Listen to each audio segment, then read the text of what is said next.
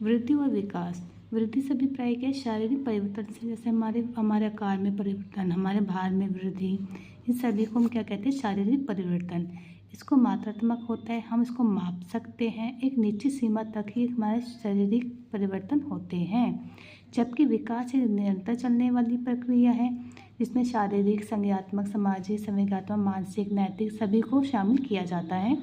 और इसमें व्यक्ति के जीवन प्रसव पूर्व से लेकर आरंभ होकर मृत्यु तक चलता है, जीवन पतन चलता है। प्रत्येक व्यक्ति के विकास की दर भिन्न होती है, हर व्यक्ति में व्यक्तिगत विभिन्नता पाई जाती है। वृद्धि और विकास के नियम है। निरंतरता का नियम। विकास निरंतर चलने वाली प्रक्रिया है। बच्चा जब माँ के गर्भ में होता है तब से लेकर बच्चे की मृत्यु तक बच्चे का विकास होता रहता है। एक समान प्रतिमान का नियम। इसमें है विकास एक निश्चित क्रम में होता है, व्यक्तियों में समान रूप से पाया जाता है। जैसे एक बालक है, पहले क्या करता है? वो खड़ा होना सीखता है, उसके बाद ही वो चलना शुरू होता है। ऐसा तो नहीं है ना कि बच्चा पहले चलना शुरू हो गया बाद में खड़ा हुआ। तो हम हर बच्चे में, जैसे बच्चा पहले खड़ा होता है, फिर उसके बाद में बच्चा चलना सीखता है, फिर बच्चा दौड़ना लगता है। तो ये एक समान प्रतिमान का नियम है। व्यक्तिगत विभिन्नता का नियम।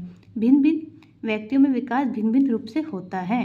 जैसे हर बच्चे की रुचि अलग होती है, हर बच्चे की अभिरुचि अलग होती है, उनकी अभियोग्यता अलग होती है, हर बच्चे की भाषा अलग होती है।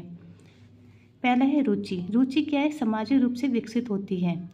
क्वेश्चन आ सकता है कि रुचि सामाजिक है या नहीं है? रुचि हमेशा सामाजिक रूप से विकसित होती है। अभिरुचि, रुचि की भावात्मक अभिव्यक्ति होती है। अभियोग्यता एक संभावी योग्यता होती है। भाषा, भावों की अभिव्यक्ति को हम क्या कहते हैं? भाषा कहते हैं। और उसकी बहुत सारी विधियाँ हैं। जो है पहली, भाषा अर्जन। एक बालक अपने परिवार में मातृभाषा से सीखता है। जब बच्चे का जन्म होता है तो वो अपने फैमिली में ही रहता है। जब अपनी फैमिली में रहता है तो संभावित रूप से अपने माँ बाप की जो मातृभाषा होती है उसको बच्चा सीखता है। ये एक तरीके की अनौपचारिक विधि है, क्योंकि एक लर्न नहीं कराई जाती, याद नहीं कराई जाती। बच्चा जैसे मम्मी पापा को देखता है, बोलते हुए देखता है, उनकी भाषा को वो बच्चा सीखना स्टार्ट कर लेता है और ये संतत रूप से बच्चा अनुभव करता है और ये बच्चे की मातृभाषा बच्चा सीखता है। भाषा अधिगम। मातृभाषा के अतिरिक्त दूसरी जो भी भाषा होती है उसे लक्ष्य भाषा भी कहते हैं, अन्य भाषा भी कहते हैं। लक्ष्य भाषा को सीखने के लिए, व्याकरण सीखने के लिए बालक को विद्यालय में जाना पड़ता है और ये एक तरह की औपचारिक भाषा होती है। व्याकरण भाषा की मानक क्रमबद्ध व्यवस्था को हम क्या कहते हैं? व्याकरण कहते हैं। मानक भाषा वह भाषा जो शिक्षित और सभ्यजन प्रयोग में लाते हैं, उन्हें क्या कहते हैं? मानक भाषा। बहुभाषिकता। बहुभाषिकता क्या है? किसी व्यक्ति क्या एक योग्यता होती है किसी व्यक्ति में जो एक से अधिक भाषाओं को बोलता है, उसे बहुभाषिकता कहते हैं। अध्यापक को बहुभाषिकता का प्रयोग का संसाधन के रूप में प्रयोग करना चाहिए, क्योंकि कोई बच्चा बहुत सारी भाषा सीख के आ रहा है तो उसको हम एक तरह की संसाधन के रूप में यूज़ कर सकते हैं।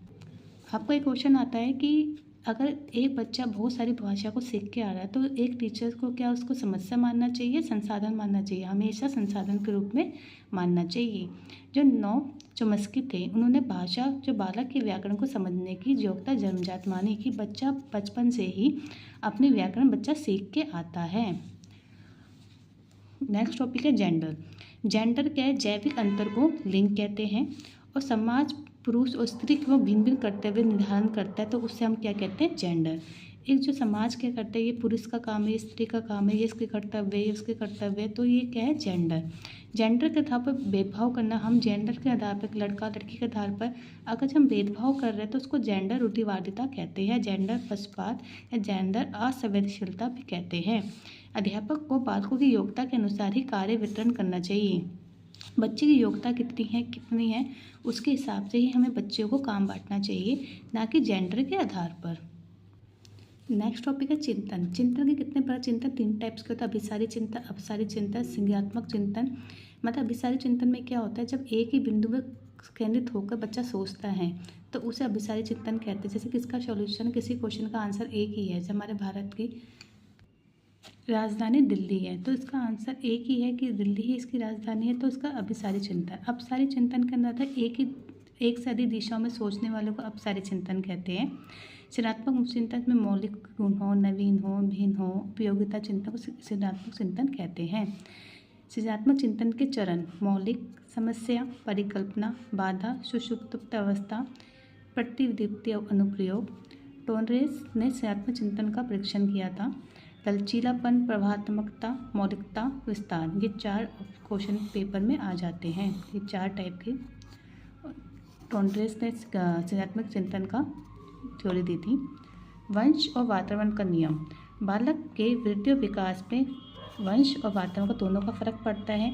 जो गुण माता पिता के द्वारा संतान पे आते हैं तो उसे वंश कहते हैं, यानी वंशानुगत गुण कहते हैं, प्राकृतिक गुण भी कहते हैं। और जो वातावरण या आसपास की अंतर्क्रिया द्वारा हमारे बालक के चारों तरफ के जो वातावरण के द्वारा बच्चों में जो गुण आते हैं उसे वातावरण कहते हैं, इसे पोषण भी कहते हैं। 5वां है एकीकरण तथा अंतर्क्रिया का नियम के 4 पक्ष होते हैं।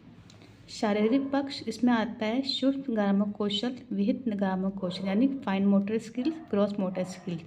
फाइन मोटर स्किल्स कौन सी होती है? छोटी मांसपेशियों का जो उपयोग करते हैं उसे फाइन मोटर स्किल्स कहते हैं, जैसे लिखना, काटना, चिपकाना, ये हमारी फाइन मोटर स्किल्स हैं। और ग्रॉस मोटर स्किल्स क्या होती है? जिसमें बड़ी मांसपेशियों का उपयोग किया जाता है, जैसे भागना, कूदना, तैरना, ये हमारी ग्रॉस मोटर स्किल्स होती है। सृजनात्मक पक्ष, इसमें आता है चिंता, स्मृति, कल्पना करना, गणना करना, वर्गीकरण करना, संश्लेषण करना, विश्लेषण करना, समस्या का समाधान करना, ये सारे मानसिक पक्ष में आते हैं। सामाजिक पक्ष में क्या हो गया? जो निश्चित नियमों में बंधे होते हैं, जो व्यक्ति को जो समूह निश्चित नियमों में बंधे होते हैं, उसे सामाजिक पक्ष कहते हैं। संवेगात्मक पक्ष के भावों की जो भी जितने भी हमारे भाव होते हैं, जो बाहरी अभिव्यक्ति होती है, उसको संवेग कहते हैं। नैतिक पक्ष के अच्छे बुरे के पक्षों का मूल्यांकन करना, जो भी हम अच्छे काम करते हैं, बुरे काम करते हैं, उसका जो भी मूल्यांकन होता है उसको नैतिकता कहते हैं। नैतिक मूल्य हमारे आंतरिक व्यवहार को नियंत्रित करते हैं। क्या हमारे 5 पक्ष पूरे हो गए हैं। और छठा एक पॉइंट है पूर्वानुमान का नियम। इसमें यह है जैसे वर्तमान में हम बच्चे का विकास देख रहे हैं कि विकास किस अनुपात में हो रहा है, किस अनुसार में हो रहा है, तो उसके अकॉर्डिंग हम भविष्य में भी बच्चे के विकास का अनुमान लगा सकते हैं। यह है पूर्वानुमान का नियम। दिशा का नियम, जिससे सिर से पैर की ओर विकास होता है, और विकास की दिशा जिसमें शरीर के केंद्र से लेकर शरीर के बाहरी छोर की ओर विकास होता है। सिर से पैरों के विकास की दिशा में माना जाता है सबसे पहले बच्चा सर संभालना सीखता है, उसके बाद बच्चा पर हाथों पैर पर नियंत्रण करना सीखता है। विकास की दिशा में क्या है? बच्चा पहले जो शरीर के केंद्र से लेकर शरीर के बाहर की छोर की ओर होती है। पहले पता वर्तुलाकार विकास की दिशा, बच्चे का जो विकास होता है वर्तुलाकार तरीके से होता है, पहले सरल से जटिल की ओर होता है। एक ही समय में सिर की ओर, पैर की ओर, फिर केंद्र से बाहर की ओर का विकास होता है।